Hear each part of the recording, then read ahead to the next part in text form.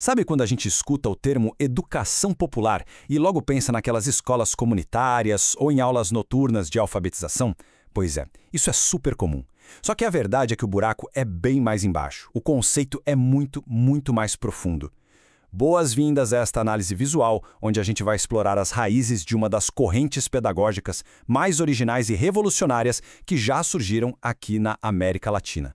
O nosso foco aqui é desmistificar esse movimento, usando como base o trabalho Educação Popular, Trajetória e Atualidade, do Alfonso Torres Carrilho.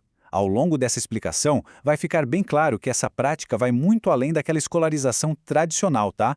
Ela atua, na verdade, como uma ferramenta poderosíssima de transformação social e cultural.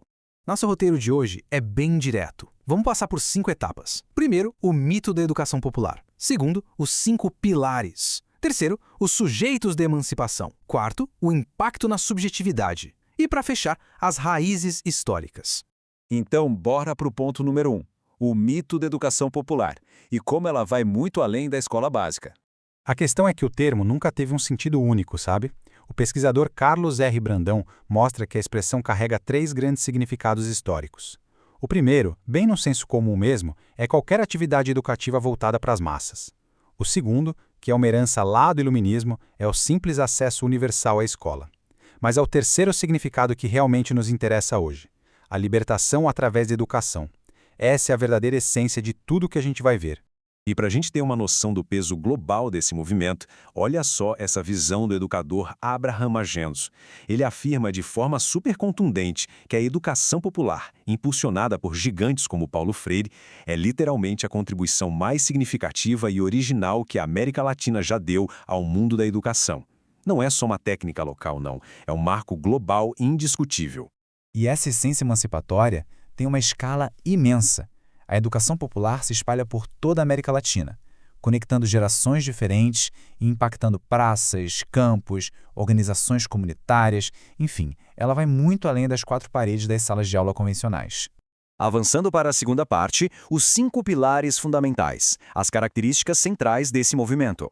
O autor, Alfonso Torres Carrilho, fez uma análise vasta e identificou 5 características essenciais que definem a educação popular. É meio que um ecossistema perfeito, onde esses 5 traços orbitam juntos e alimentam um grande projeto de educação com propósito. Detalhando rapidinho cada um deles, temos o seguinte. Primeiro, uma leitura crítica da ordem social. Segundo, uma forte intenção política e emancipatória. Terceiro, o fortalecimento dos setores populares como sujeitos ativos. Quarto, a intenção de afetar a subjetividade e a consciência das pessoas. E quinto, a criação de metodologias que sejam totalmente coerentes com esses princípios. Tudo isso amarrado forma uma filosofia super coesa. Pensando nos 2 primeiros pilares juntos, é fundamental entender as raízes do movimento. A perspectiva do autor analisa que o sistema escolar tradicional muitas vezes atua como um aparelho ideológico, desenhado para reproduzir a ordem social dominante, as coisas como elas são. Diante dessa visão reprodutivista, surge então um compromisso ético-político de transformar a sociedade, criando práticas que desafiem em vez de apenas manter o status quo. Terceiro ponto, sujeitos de sua própria emancipação. É sobre empoderar o povo.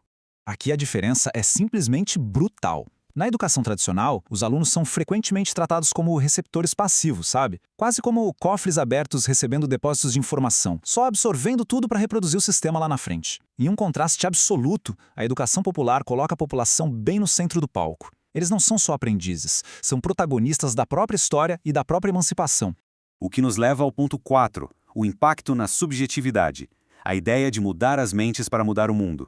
O objetivo aqui não é só jogar conteúdo na lousa para a galera decorar. Nada disso. O foco é misturar o conhecimento cultural riquíssimo que as pessoas já têm com o conhecimento científico, afetando de verdade a maneira como elas interpretam e agem sobre a realidade. Trabalhando a memória e os valores, a gente constrói uma visão crítica muito forte. Como o próprio material lembra através do pensamento célebre de Paulo Freire. A educação, por si só, não muda o mundo, mas ela muda os sujeitos que aí sim vão transformar o mundo.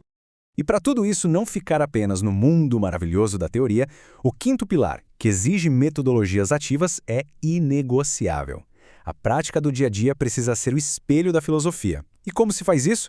com diálogo constante e não hierárquico, com a construção coletiva do conhecimento partindo sempre da realidade vivida no dia a dia. E, claro, com uma união inquebrável entre a teoria que se estuda e a prática que se aplica.